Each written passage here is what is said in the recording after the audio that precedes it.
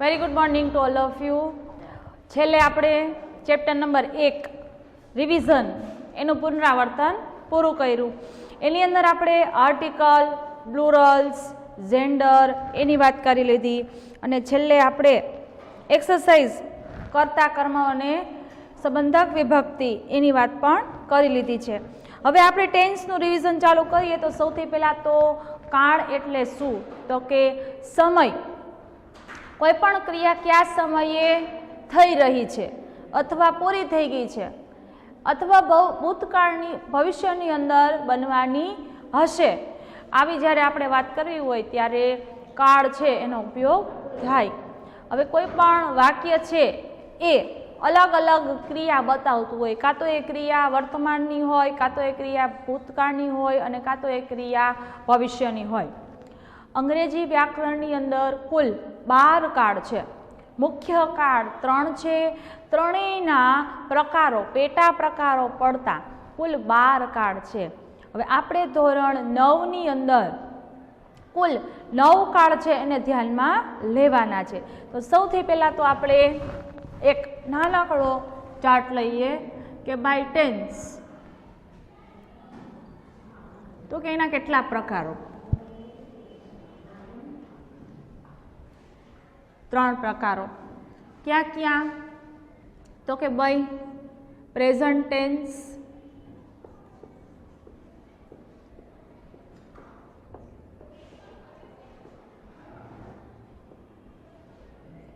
Past tense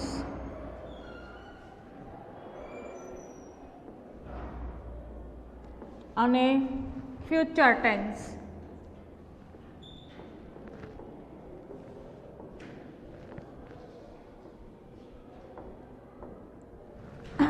એટલે કે વર્તમાન કાળ, ભૂતકાળ અને ભવિષ્યકાળ ત્રણેયના પેટા પ્રકારો ક્યાં ક્યાં? તો કે સિમ્પલ, પ્રેઝન્ટ ટેન્સ. એના પછી કન્ટિન્યુઅસ પ્રેઝન્ટ ટેન્સ અને પછી આવશે પરફેક્ટ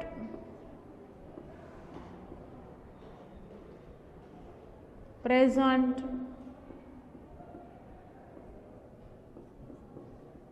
ટેન્સ. ગુજરાતી આપણે લખીએ તો કે સાદો વર્તમાન કાળ.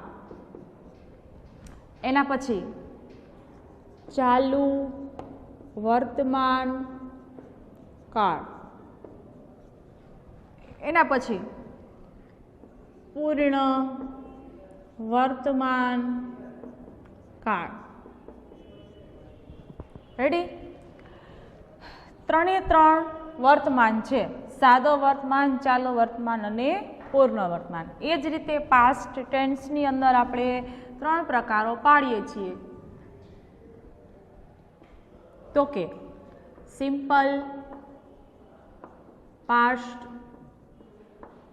ટેન્સ, કન્ટિન્યુઅસ,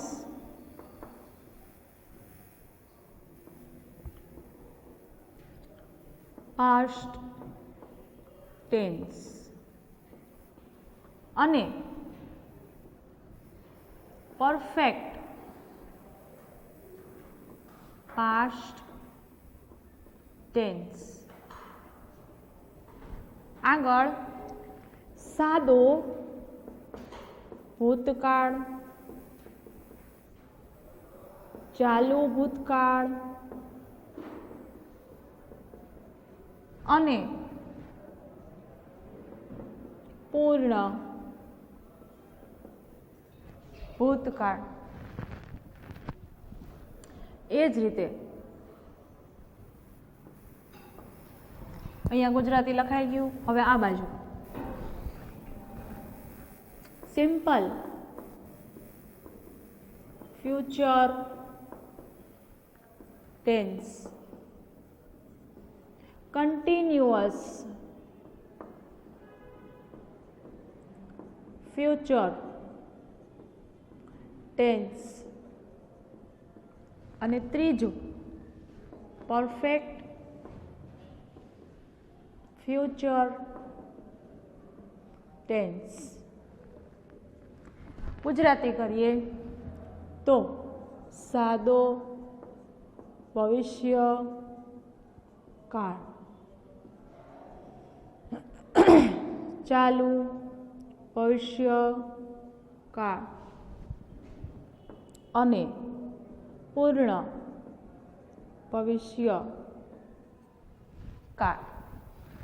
હવે એમને આપણે સાદી વાક્ય રચના જો બધા જ કાળની લખીએ તો દરેક કોઈ પણ વાક્ય રચે એની અંદર સૌથી પહેલાં તો સબ્જેક્ટ હોય, એના પછી હોય વર્બ, એના પછી હશે ઓબ્જેક્ટ અને એના પછી આવશે અધર વર્બ્સ. રેડી? આ બેઝિક વાક્ય રચના છે. હવે જેમ જેમ કાળ બદલશે એમ એમ એના વર્બની અંદર ફેરફાર થતો જશે. દાખલા તરીકે સાદો વર્તમાન કાળ આપણે લઈએ સૌથી પહેલા તો ભાઈ ક્યાં વપરાય છે સાદો વર્તમાન? તો કે રોજબરોજની ટેવો દર્શાવવા માટે, નિયમિત બનતી ઘટના માટે, ગણિત અને વિજ્ઞાનના નિયમો બતાવવા માટે, કોઈ ટેવરૂપ ક્રિયા છે એને દર્શાવવા માટે. તો આ બધી જ ટૂંકમાં રોજબરોજ કે નિયમિત બનતી ઘટના માટે સાદો વર્તમાન કાળ વપરાય છે. સાદા વર્તમાન કાળમાં ક્રિયાપદને એસ કે ઈએસ પ્રત્યય લગાડવામાં આવે છે. આ આટલે બધાને ખબર જ છે.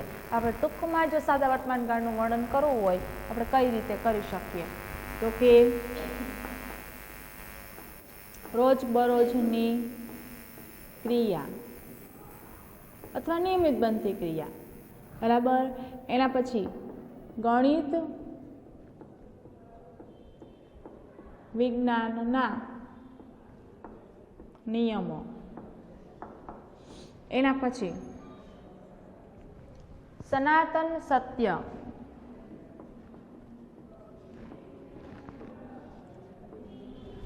એના પછી ટેવવશ ક્રિયાઓ,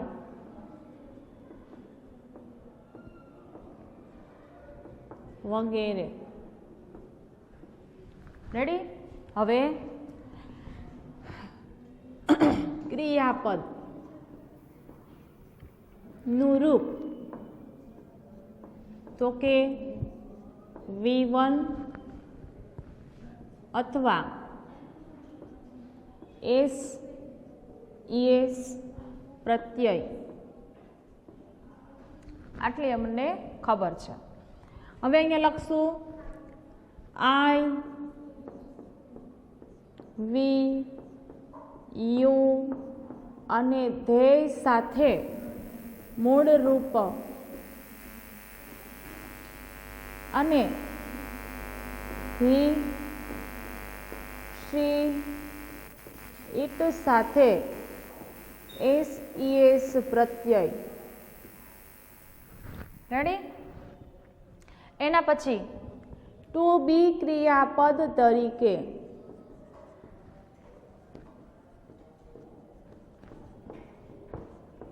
તો કે એમ, ઇઝ, આર, હેવ અને હેઝ. જો પાસે કોઈ માલિકીની વાત છે તો હેવ હેઝ આવશે, એટલે અહીંયા લખી નાખવાનું માલિકી દર્શાવવા માટે, માલિકી બતાવવા માટે. સાદા વર્તમાન કાળમાં જ્યારે ક્રિયા નથી હોતી ત્યારે આ વાક્ય છે એની અંદર એમ ઇઝ આરનો ઉપયોગ થાય છે. દાખલા તરીકે I am a teacher, he is a student, we are farmers.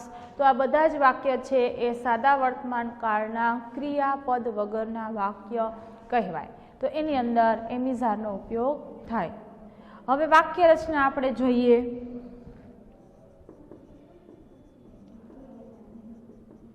તો subject plus V1 plus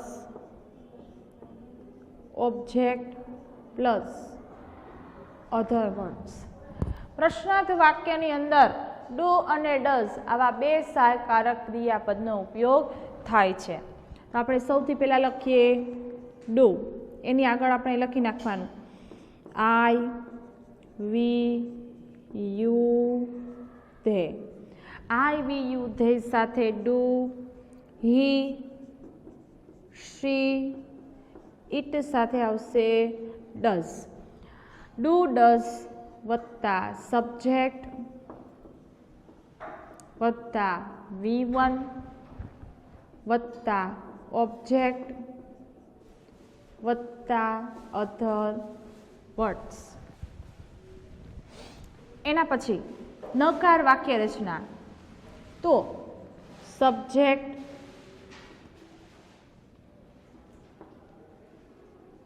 plus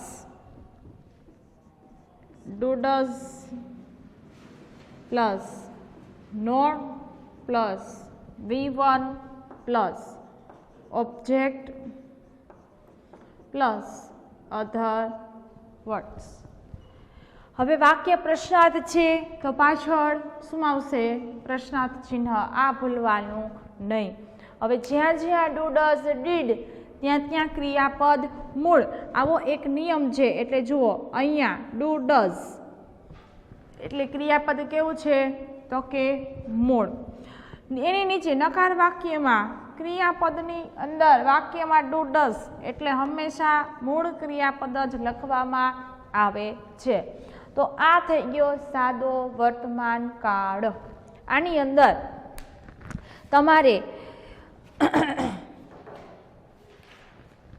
તમને એક્સરસાઇઝ આપેલી છે, ખાલી જગ્યાઓ આપેલી છે, સાથે સાથે રિસ્પોન્સીસ આપેલા છે. એ તમારે કરવાના છે. અને આખા 3 સાદા કાળ પૂરા થાય એના પછી તમને પેરેગ્રાફ આપ્યા છે એક કાળમાંથી બીજા કાળની અંદર ફેરવવા માટે. રાઈટ? તો તમારે એ એક્સરસાઇઝ છે આખું ચેપ્ટર પૂરું થાય પછી કરવાની છે. હવે આ સાદો વર્તમાન થઈ ગયો. હવે એ જ રીતે આપણે સાદા ભૂતકાળની વાત કરીએ.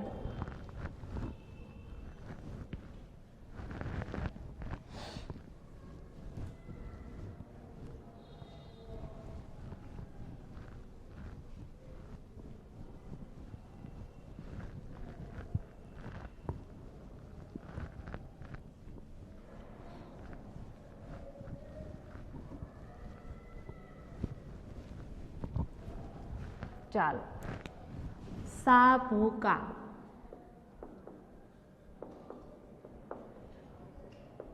કોઈ પણ ક્રિયા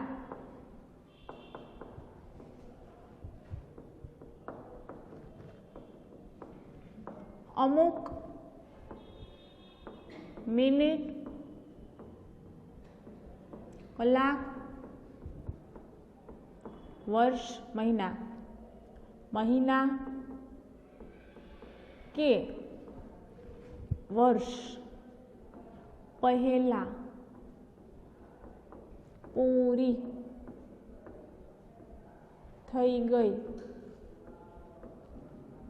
હોય ત્યારે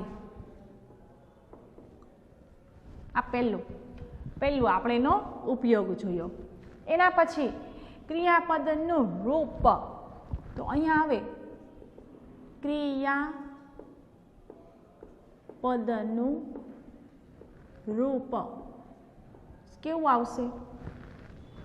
તો કે ભૂતકાળનું રૂપ, જેને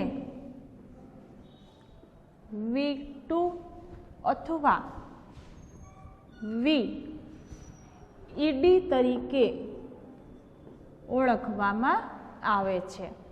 અને કોઈ પણ કરતા હોય કરતા I, we, you, they, he, she, it બધા સાથે ક્રિયાપદનું V2 એટલે VED રૂપ જ લગાડવામાં આવશે. એના પછી ટુ બી ક્રિયાપદ તરીકે,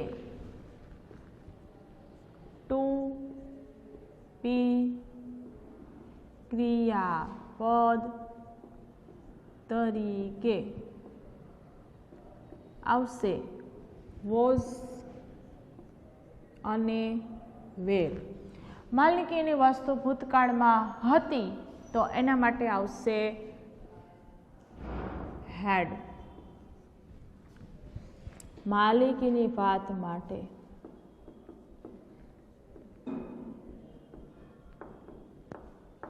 રેડી. એના પછી વાક્ય રચના,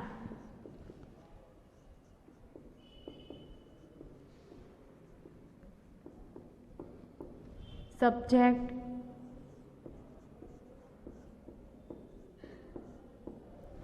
plus V2 plus object plus other words. આગળ પ્રશ્નાર્થ વાક્યમાં વાક્યની શરૂઆતમાં આવશે ડીડ વત્તા subject plus V2 plus object plus other words વત્તા પ્રશ્નાર્થ ચિહ્ન. એના પછી નકાર વાક્ય, આ હતી પ્રશ્નાર્થ, આ છે નકાર. Subject plus did plus V1.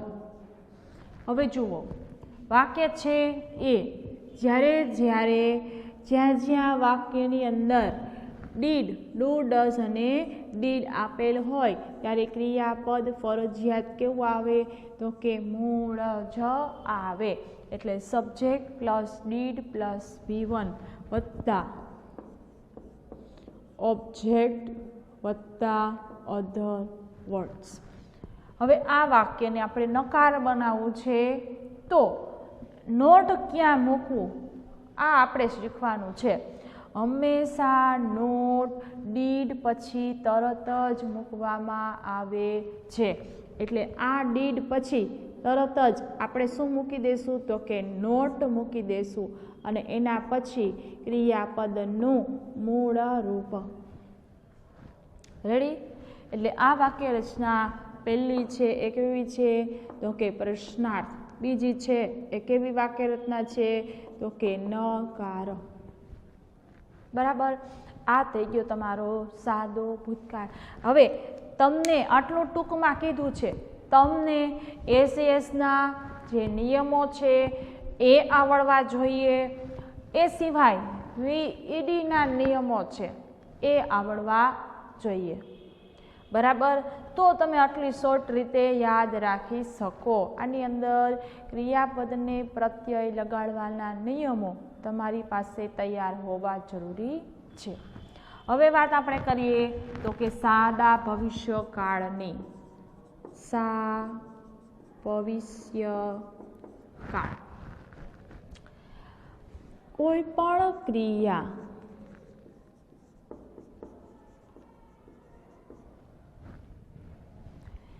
ભવિષ્યમાં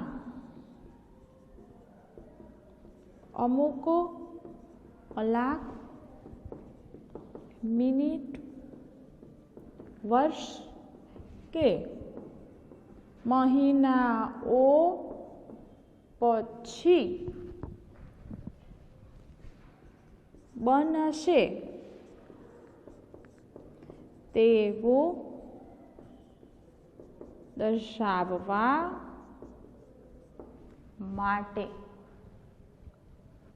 આગળ હવે આની અંદર ભૂતકાળમાં શું છે તો કે ભાઈ અમુક મિનિટ કે સમય પહેલા. અહીંયા શું છે પછી છે.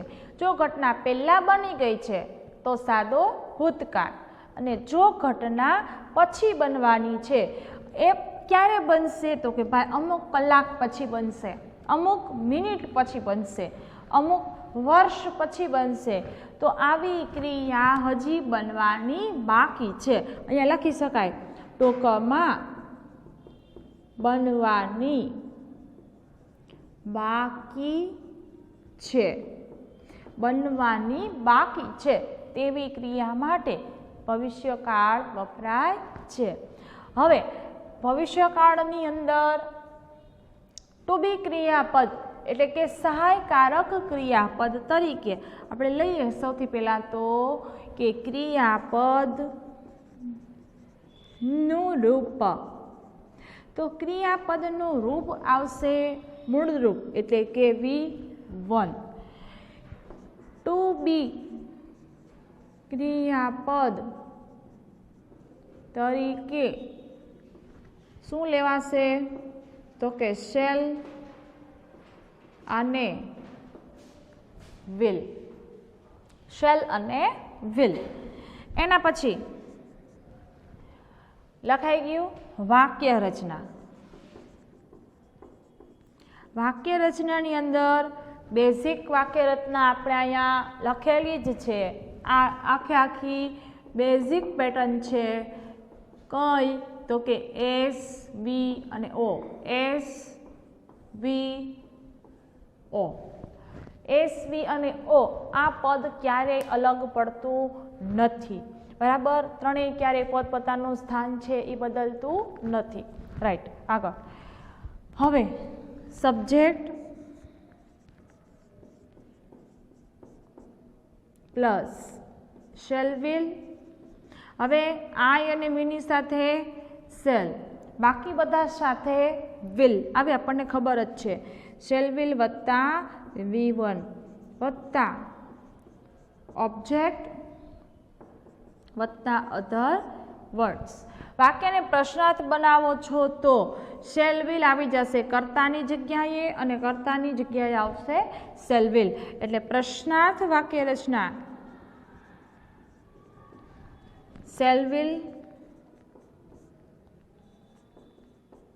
Plus subject plus V1 plus object plus other words plus question mark. વાક્યની અંદર ઓલરેડી V1 છે જ, એટલે આપણે પ્રશ્ન વાક્ય કરતી વખતે કોઈ V1 કરવાની જરૂર પડતી નથી.